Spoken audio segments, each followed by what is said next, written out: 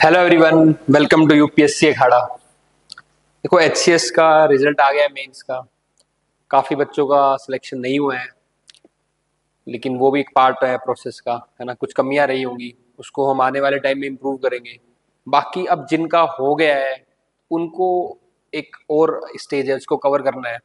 देखो, अच्छी बात यह है कि आपने दो स्टेज कवर कर लिए हैं, और अब ये आपके पास एक गोल्डन अपॉर्चुनिटी है ऑफिसर बनने की। और साथ ही साथ जो आपका एक लंबा स्ट्रगल है, क्योंकि सब बच्चे यहाँ पे जो कर रहे हैं काफी स्ट्रगल करते हैं, तैयारी अपने आप में बहुत कॉम्पिटिटिव एनवायरनमेंट रहता है। तो उस स्ट्रगल को मिनिमाइज करने की, कम करने की, एक सर्विस में अपना नाम इंश्योर करने की, तो ये दो स्टेज आपने पार कर लिए। जो थर्ड स्टेज है, इसको बिल्कुल निग्लेक्ट मत करना, क्योंकि ये जो थर्ड स्टेज है ये सबसे इंपॉर्टेंट है। भले ही मार्क्स में 75 है, लेकिन ये वेरी करते हैं बहुत ज्यादा मार्क्स, है ना। अगर आपने ढंग से प्रिपेयर किया है, सब अच्छा रहा आपका इंटरव्यू, तो एक अच्छे मार्क्स भी आ सकते हैं, अराउंड 55, 57। और दूसरे केस में 32, 33 भी आ जाते हैं। तो इतने मार्क्स से आप लिस्ट से बाहर भी हो सकते हो। और दूसरा, आपकी सर्विस जो प्रेफरेंस है, जो आपकी मन चाहिए सर्विस है उस वो आपके मिलने के चांस बढ़ जाते हैं। तो मैं कहूँगा बहुत इंपॉर्टेंट ये आपकी स्टेज है, और इसको बहुत तरीके से तैयार करना है आपको। और इसमें हम और यूपीएससी अखाड़ा की टीम आपकी पूरी मदद करेगी। देखो, बात करें अगर रिजल्ट की, तो अभी 275 आपके हुए हैं सिलेक्शंस। ठीक है, मतलब 275 बच्चों को लिया है, जिसमें से आपकी अभी सीट्स कितनी है आपकी? 121। तो अब 275 में से 121 जो फाइनल सिलेक्शन होंगे, तो अगेन कंपटीशन है, कब कौन बाहर हो जाए एक नंबर के उस पर भी। क्योंकि मेरे पास एक ऐसा एग्जाम्पल है, जब मैं आपको बताऊंगा कि एक मेरे तीन स्टूडेंट थे, ठीक है, उनके सेम नंबर आए। तो एक को मिला एसडीएम, एक को मिला डीएसपी, और एक को मिला तहसीलदार। तो सोचो, सेम नंबर पे, मतलब एक एक नंबर पे उनको ये पोस्ट का फर्क हो गया। अब जिसको तहसीलदार मिला, वो तो दोबारा उस प्रोसेस में हो गया ना, कि उसको वापस एसडीएम के लिए ट्राई करना है। तो आप ये समझो, हर एक नंबर इंपॉर्टेंट है, हर एक नंबर मैटर कर रहा है। तो सर्विस में आप आ भी सकते हो, नहीं भी आ सकते, उसके लिए नंबर बहुत इंपॉर्टेंट है, एक नंबर। और सर्विस एलोकेशन कौन सी होगी, उसके लिए भी एक नंबर बहुत इंपॉर्टेंट है। तो हर नंबर के लिए आपने अभी तक फाइट की है, और आगे भी करनी है। अब आने वाले जो 10 दिन है, उसमें कैसे प्रोग्राम करना है, क्या आपको करना चाहिए, वो मैं एक बार आपको बता देता हूँ।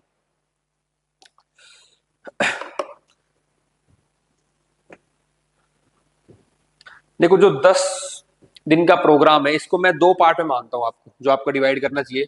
पहला कंपोनेंट आता है इसमें नॉलेज का,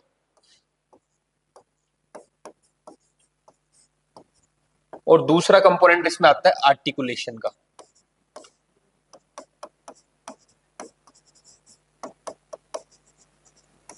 देखो, जो थर्ड और फाइनल स्टेज है सिविल सर्विस में सिलेक्शन की, that is the personality test या इंटरव्यू। उसमें आर्टिकुलेशन का बहुत इंपॉर्टेंट रोल है ना। पर ये आर्टिकुलेशन आपकी और कैसे इंप्रूव हो जाती है, कि आपके पास अगर नॉलेज बेस स्ट्रांग है या चीजें आपको पता है, तो this articulation part will become smoothen. तो निग्लेक्ट किसी को नहीं करना है। देखो, सिविल सर्विस में एक जो मेन वर्ड मैं बोलता हूँ हमेशा, वो क्या है? बैलेंस। जो बंदा बैलेंस कर लेगा ना, वो पक्का पास हो जाएगा। चाहे स्टैटिक या करंट का बैलेंस हो, है ना, चाहे ऑप्शनल या जीएस का बैलेंस हो, चाहे प्री में सी सेट या जीएस पेपर का बैलेंस हो। तो बैलेंस बहुत इंपॉर्टेंट है। पर्सनल टेस्ट में, इंटरव्यू में आपको बैलेंस किसमें करना है? अपने नॉलेज में और आर्टिकुलेशन में। इनमें एक बैलेंस होना चाहिए आपका। ठीक है, कि भाई नॉलेज बेस भी मैं इंप्रूव करूंगा, 1 2 3 4 कहाँ पे नॉलेज बेस इंप्रूव करना है, आर्टिकुलेशन कैसे इंप्रूव करना है, वो मैं आपको बता दूंगा। अब देखो, नॉलेज बेस में हम कहाँ पे काम करेंगे, कौन से टॉपिक हैं जो आप अभी से पढ़ना स्टार्ट कर सकते हो, हम तो उन पे क्लासेस करवाएंगे, दैट इज डिफरेंट थिंग। लेकिन फिर भी जो बच्चा खुद पढ़ना चाहता है और कैसे वो प्रिपेयर करे, तो 3 4 टॉपिक है जिन पे आप हमेशा प्रिपेयर करना स्टार्ट कर सकते हो, और जो करने भी चाहिए। तो सबसे पहले मेरे हिसाब से आपको हरियाणा के जो इश्यूज चल रहे हैं, हरियाणा का एडमिनिस्ट्रेटिव स्ट्रक्चर, प्लस में जो इश्यूज चल रहे हैं हरियाणा के, इनको आप फोकस करो। जो हरियाणा में मेजर इश्यूज चल रहे हैं, हरियाणा में जो एडमिनिस्ट्रेटिव स्ट्रक्चर है उसको। फिर प्लस में हरियाणा की बात करें, तो हरियाणा की बेसिक जीके आपको पता होना चाहिए, स्पेशली योर डिस्ट्रिक्ट, जो आपकी डिस्ट्रिक्ट है उसकी ज्योग्राफी, हिस्ट्री, वहां पे कोई मॉन्यूमेंट्स है अगर है ना, वहां से रिलेटेड कोई प्रॉब्लम, या वहां से कोई आपके मान लो रोल मॉडल्स है। तो ये सब आपको अपने डिस्ट्रिक्ट को अच्छे से प्रिपेयर करना है, हरियाणा जीके के अंदर खासकर। और हरियाणा जो करंट अफेयर आ गया वो इश्यूज का पार्ट हो गया, वो भी टैकल करना है। ठीक है, हम तो इन पे क्लासेस करवाएंगे, पूरा मॉड्यूल मैं आपको बताऊंगा कैसे आपको करना है। हम आपकी जितनी मैक्सिमम होगी उतनी हेल्प करेंगे ताकि आपका टाइम कम से कम बचे, और वो मैं आपका टाइम यहाँ बचा सकता हूँ नॉलेज वाले पार्ट में, कि ये वाले पीडीएफ ये वाले लेक्चर्स हम आपको प्रोवाइड करा देंगे, पर ये पार्ट आपको खुद करना पड़ेगा। जैसे मेंस आंसर राइटिंग में हम क्या करते हैं, कंटेंट आपको दे देंगे, क्वेश्चन बना के लिखना आपको खुद पड़ता है, यहाँ पे आर्टिकुलेशन आपको खुद करना पड़ेगा। उसमें भी मैं आपकी हेल्प करूंगा कि कैसे, कहाँ पे आप गलत जा रहे हो, कहाँ आपको इंप्रूव करना है, कैसे आपको स्टार्ट करना है। ठीक है, थर्ड बात, अगर नॉलेज की अगर बात करें, हरियाणा वाला पार्ट टैकल कर लिया हमने। उसके बाद जो करंट के इंपॉर्टेंट इश्यूज हैं, दो जो करंट अफेयर्स के इंपॉर्टेंट इशू है उनको निगलेक्ट मत करना। जो पिछले एक साल में मेजर इश्यूज थे वो, और लास्ट के 2 महीने में, और खासकर स्पेशली मई वाला जो अभी और फिर जून आएगा जब तक इंटरव्यू चल रहे हैं, उन महीने में जो डेली, क्योंकि मोस्टली जो इंटरव्यू लेते होते हैं ना, एक तो ब्रॉड इश्यूज जो बात चल रही होती है न्यूज में, नेशनल लेवल पे, हरियाणा लेवल पे, उस पर बात ज्यादा करते हैं वो। ठीक है, जैसे कि लास्ट ईयर काफी क्वेश्चन सोचो, भीम, यूपीआई आईडी, यूपीआई, इनसे क्वेश्चन ज्यादा। ठीक है, तो ये कब से चल रहा है, लेकिन एक मेजर चीज है, तो एक तो मेजर चीज जो चल रही होगी देश के अंदर, उससे क्वेश्चन ज्यादा आएंगे आपके। दूसरा, क्योंकि वो सब लोग अखबार पढ़ते हैं, और अखबार में जो चल रहा होगा, मान लो रिसेंट में भी साइक्लोन आया है ना वेस्ट बंगाल में, तो उसका आइडिया हो आपको। तो ऐसे जो रिसेंट चल रहा होता है उससे रिलेटेड पूछ लेंगे कुछ ना कुछ चीजें। ठीक है, तो करंट अफेयर के इंपॉर्टेंट इश्यूज ये आपको कवर करना है। थोड़ा बहुत बेसिक अपना जो ऑप्शनल है, क्योंकि कई बार अपने उन ऑप्शनल से भी क्वेश्चन पूछे जाते हैं, तो जो आपका ऑप्शनल है उसकी भी बेसिक आपको थोड़ी बहुत अंडरस्टैंडिंग करनी है। ठीक है, फिर कुछ लोग अगर जो जॉब कर रहे हैं, तो अपना चांसेस ज्यादा है कि जॉब प्रोफाइल से क्वेश्चन आ जाए, अपना जॉब प्रोफाइल को प्रिपेयर करें। ये तो इतनी बेसिक चीजें। फिर लास्ट में से मान लो आपको वहां पूछते हैं इंट्रोड्यूस योर सेल्फ, हालांकि वहां पे आपको ये नहीं बताना आपका नाम क्या है, कौन सी डिस्ट्रिक्ट से हो, कहां से हो आप, without revealing your identity they ask to introduce yourself. तो वहां पे कुछ आप बताते हो कि sir I have interest in this, ये वो, तो आपकी जो हॉबीज और इंटरेस्ट है, जब वो आप खुद बताओगे उनको, तो वो आपको कवर करनी चाहिए। ये पार्ट हो गया सारा नॉलेज का जो आप अभी कवर कर सकते हो। ठीक है, या फिर मैं 1 to 1 तो करूंगा या हर एक स्टूडेंट के साथ जो भी इंटरव्यू दे रहे हैं इस बार, तो उसमें मैं आपको डिस्कस करूंगा क्या क्वेश्चन फ्रेम कर सकते हैं इसमें, कैसे आपको प्रिपेयर करना चाहिए। और एक चीज और मैं इस बार करूंगा, या आप भी कर सकते हो, कि जितने भी बोर्ड मेंबर्स हैं, है ना, उनके बारे में, उनकी हिस्ट्री, ठीक है, उन्होंने मतलब कैसे कहाँ से कुछ चीजें क्वालिफाई की हैं, किस में उनका इंटरेस्ट है, तो बोर्ड मेंबर्स की नॉलेज भी हम करेंगे कवर, जो भी आपके एचपीएससी के बोर्ड मेंबर्स हैं उनके बारे में। तो मोर और लेस ये पार्ट है जो नॉलेज में हम कवर करेंगे। इसके अलावा भी कुछ होगा तो मैं टाइम टू टाइम आपको बताता रहूंगा। एचसीएस अखाड़ा इंटरव्यू कंटेंट के नाम से मैंने एक टेलीग्राम चैनल बनाया है, जिसमें हम एचसीएस का मैं आपको कंटेंट प्रोवाइड करूंगा, कैसे शेड्यूल जाएगा क्लासेस का वो बताऊंगा, है ना। कोई और क्वेरी हो तो आपके एड्रेस करेंगे। डिफरेंट ऑफिसर्स आएंगे आपके लेक्चर्स लेने के लिए, जो आपको बताएंगे कैसे आपको बात करनी है, क्या एटिकेट्स होने चाहिए, क्या चीज आपको फॉलो करनी है, ये पूरा मैं कवर करवाऊंगा आपको यूपीएससी अखाड़ा की तरफ से। ठीक है, अब दूसरी बात आती है आर्टिकुलेशन की। ठीक है, ये सबसे इंपॉर्टेंट है। तो अगर हमारे पास अभी मैं मानता हूं 8-9 दिन है अगर प्रिपरेशन करने के लिए, तो स्टार्टिंग के 4 दिन हम देंगे अपने नॉलेज वाले पार्ट को। बाकी थोड़ा थोड़ा नॉलेज रोज चलता रहेगा, पर स्टार्टिंग डेडिकेटली 3 से 4 दिन तो हम दे ही देंगे अपना नॉलेज वाले पार्ट को कंप्लीट करने में। जो भी हमें इसके अलावा भी कुछ मिसलेनियस चीजें लगती हैं। एक चीज और मैं इसमें ऐड करा दूंगा आपको, वो है आपकी जो लास्ट ईयर एचसीएस के अंदर क्वेश्चंस पूछे गए थे ना, तो उससे हम कुछ थीम आइडेंटिफाई कर लेंगे, इस थीम से क्वेश्चन आते हैं। तो 8th जो नंबर आएगा इसके अंदर नॉलेज का, दैट इज द एचसीएस में जो इंटरव्यू में कुछ थीम्स होती है, वो हम देख लेंगे भाई, इन थीम्स को आप प्रिपेयर कर लो, इनसे क्वेश्चन आते हैं थोड़े बहुत, है ना। जैसे पॉलिटी की कुछ टर्म्स है, इकोनॉमिक्स की कुछ टर्म्स है, ब्लैक मनी है, करप्शन है, ये थीम है, इन पे हमेशा चलते रहते हैं क्वेश्चन। तो ऐसी कुछ थीम्स आइडेंटिफाई कर लेंगे, उनको भी हम कवर करेंगे। तो ये 8 चीजें तो हम करेंगे नॉलेज वाले पार्ट के अंदर। आर्टिकुलेशन में सबसे पहला पार्ट होगा, वो होगा आपका मेरे साथ 1 to 1 सेशन। 1 to 1 सेशन, इसमें मैं और जो कैंडिडेट होगा हम दोनों बिल्कुल 1 to 1 सेशन करेंगे। ये क्लोजली मैं इसलिए कह रहा हूँ कि आपको बिल्कुल शर्माने की जरूरत नहीं है ना। मैं उसमें आपको बिल्कुल पॉइंट करूंगा कि कैसे आपको बोलना चाहिए, कहाँ आप गलती कर रहे हो, ताकि जब आप अपना मॉक इंटरव्यू दोगे या जब आप ग्रुप में बात करोगे, तो वो चीजें आपकी इंप्रूव हो जाएंगी। तो पहला तो हम करेंगे एक 1 to 1 सेशन। ठीक है, सेकेंड में आपका करूंगा एक, इसको मैं बोलता हूं फोकस्ड ग्रुप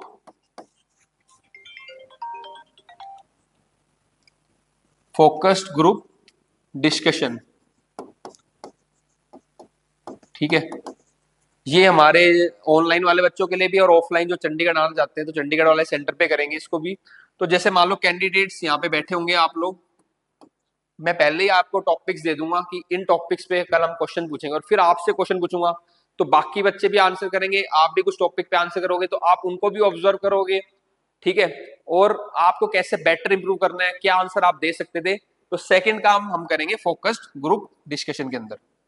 तो ये हो गया आपका सेकंड।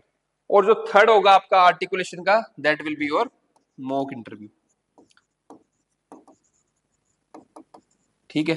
ये भी हम ऑनलाइन ऑफलाइन दोनों तरीके से करेंगे। और लास्ट पार्ट है जो आपको खुद करना है, वो रहेगा आपका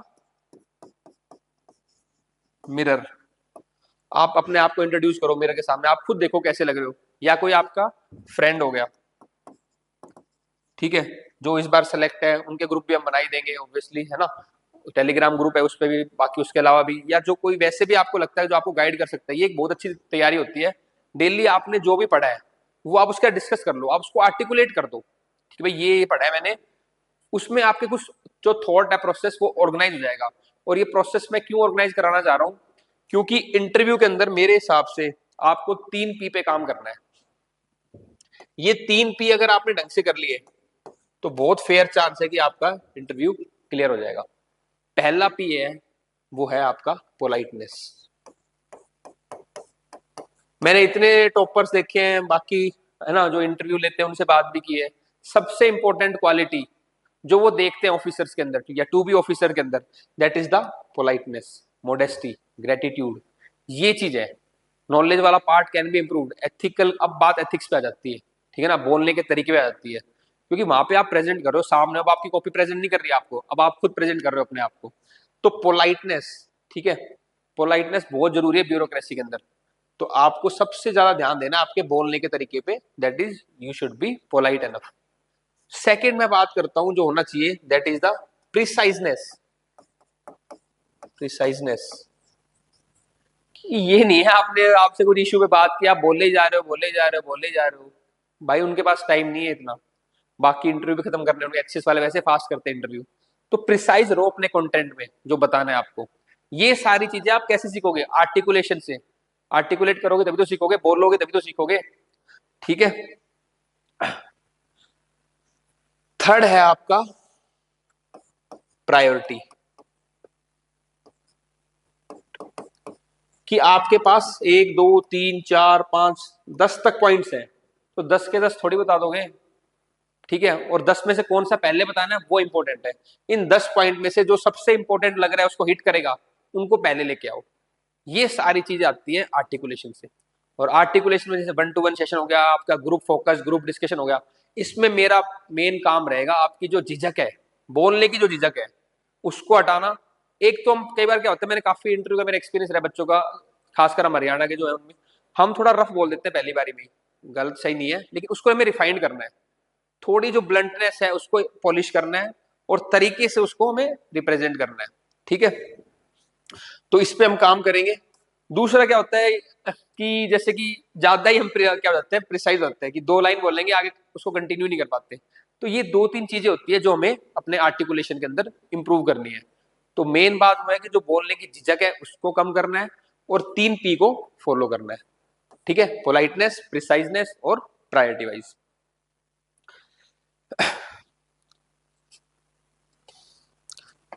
ठीक है, इसके अलावा भी अगर आपको और कोई दिक्कत है या कुछ आपको पूछना है तो अगेन ये मेरा नंबर है, इस पे आप व्हाट्सएप कर सकते हो या फोन कर सकते हो, 9310521990। ऑफलाइन सेंटर हमारा चंडीगढ़ में है, ठीक है, यहाँ पे भी आप आ सकते हो, चंडीगढ़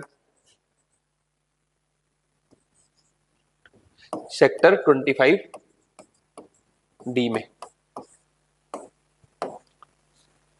ठीक है। अब आने वाले टाइम में आपका जो प्रोग्राम चलेगा वो 3 फेज में चलेगा। पहला फेज रहेगा आपका नॉलेज वाला पार्ट, जहाँ पे सीरीज ऑफ लेक्चर्स होंगे आपके टॉपर्स के साथ, सिलेक्टेड ऑफिसर्स के साथ, और मैं कुछ लेक्चर्स लूंगा, ठीक है। सेकंड पार्ट रहेगा आपका 1 to 1 वाला और फोकस ग्रुप डिस्कशन, जहाँ पे ग्रुप डिस्कशन उसमें मैं इन्वॉल्व रहूंगा, आपको इंप्रूव कराऊंगा कैसे बोलना है। और जो थर्ड पार्ट रहेगा वो रहेगा मॉक इंटरव्यूज का। ठीक है।